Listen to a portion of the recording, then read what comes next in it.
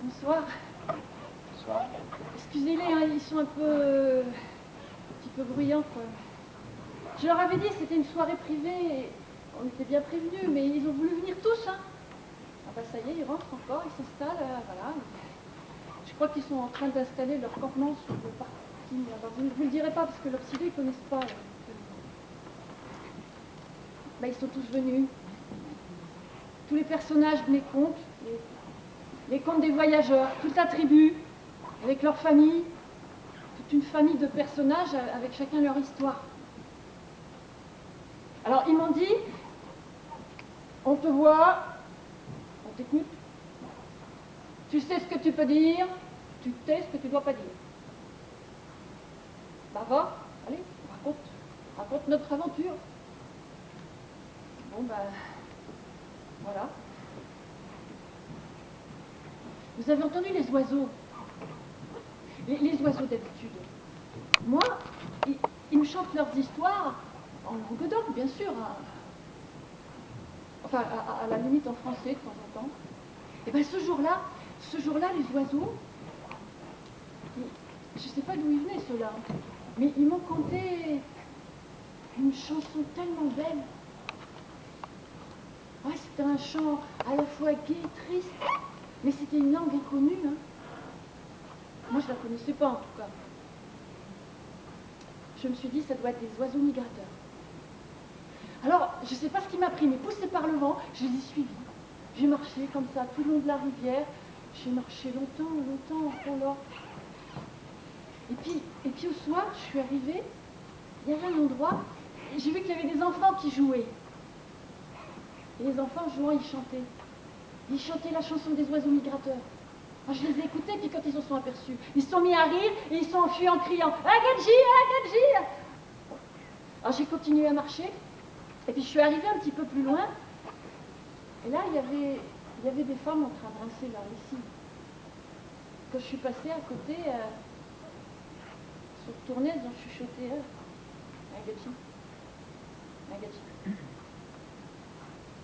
Alors moi, j'ai continué, et bientôt, sous les grands arbres, j'ai vu, il y avait un campement, avec des tentes, avec là-bas des vieilles roulottes bariolées. Et puis devant, au milieu, là, il y avait un immense chapiteau, on voyait que lui, une grande tente rouge, toute brodée. Devant la tente, il y avait une vieille qui était en train de fredonner. Elle m'a dit, ma fille, entre, c'est au chef qu'il faut demander.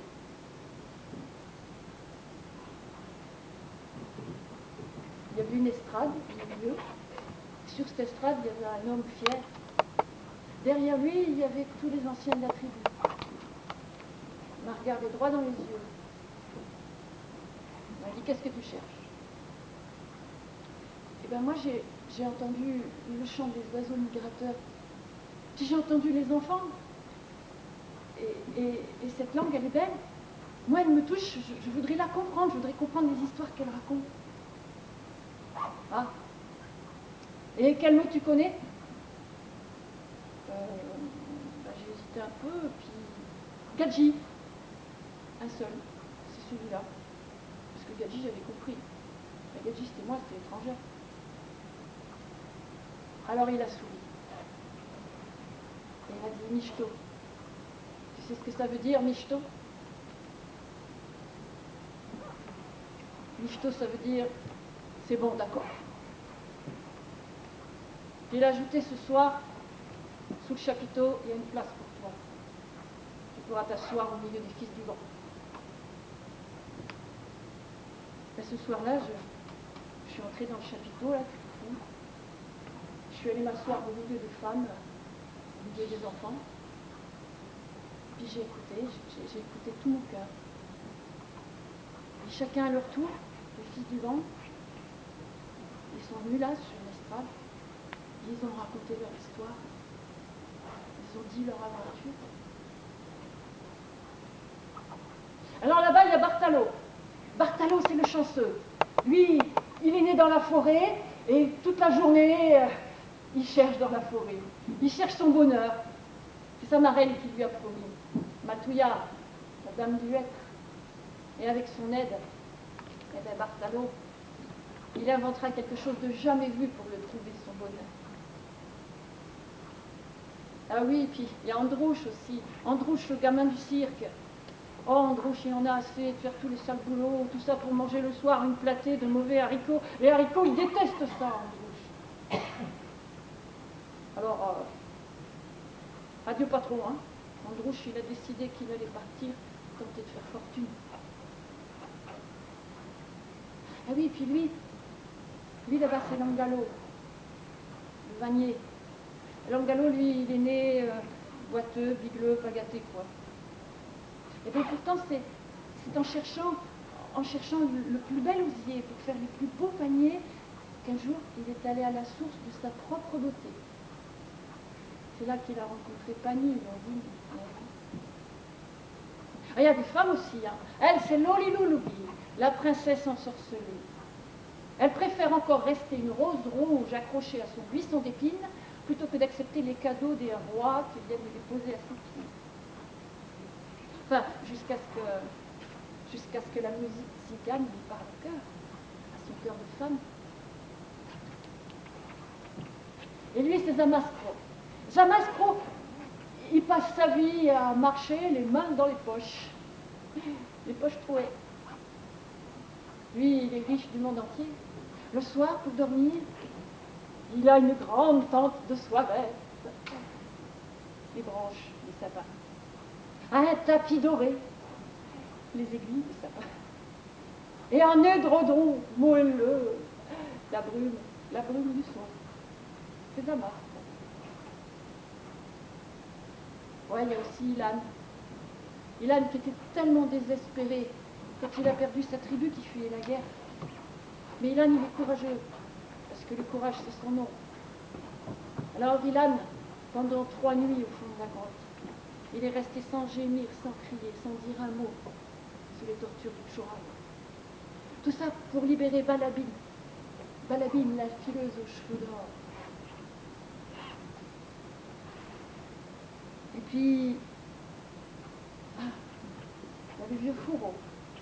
Fourreau qui sait tellement bien soigner les bêtes. Lui, il voyage avec ses 2 fils dans sa roulotte, de ferme en ferme, de village en village. Et lui, c'est Corcoro. Corcoro, le fier, le solitaire, le passionné. Lui, il a épousé une fille des neiges. Il lui a appris l'amour. Puis... Non, je t'oublie pas, Zerbo, bien sûr. Zerbo. Lui, il est cantonnier. C'est en cassant les cailloux pour faire la route qu'il a perdu un œil. Ben, il a perdu l'œil gauche. C'est pour ça qu'il s'appelle Zerbo. Mais ça n'empêche pas que lui, le borgne, et ben un jour, la route, il la prendra, sa route. Ouais. Et puis ce jour-là, là-haut, hein, les molosses de l'orage, ils pourront gronder et puis lancer des éclairs furieux. Lui, il marchera tout droit devant, vers le soleil. Il y a aussi Calo. Calo, le jeune forgeron. Il est venu avec son beau cheval, son cheval noir, fougueux. Calo, lui, il sait.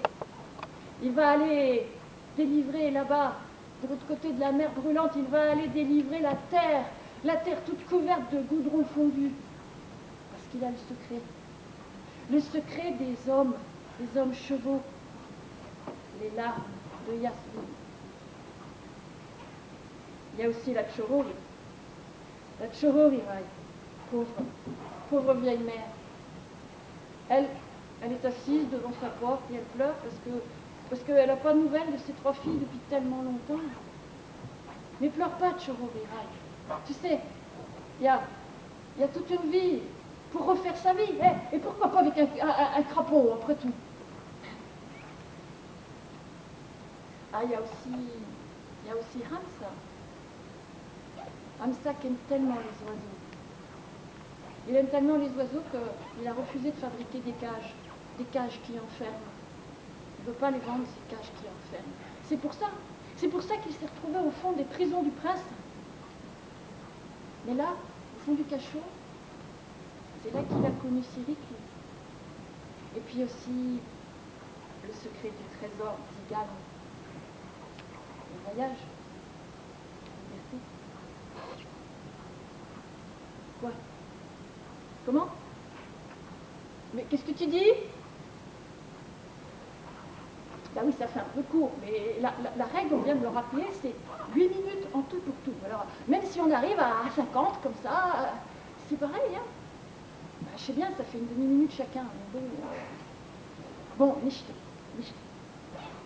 Alors voilà, si vous voulez en savoir plus, eh ben vous nous invitez chez vous. Voilà. Et puis, tendez votre main. Je vous dirai les contes de Bonaventure.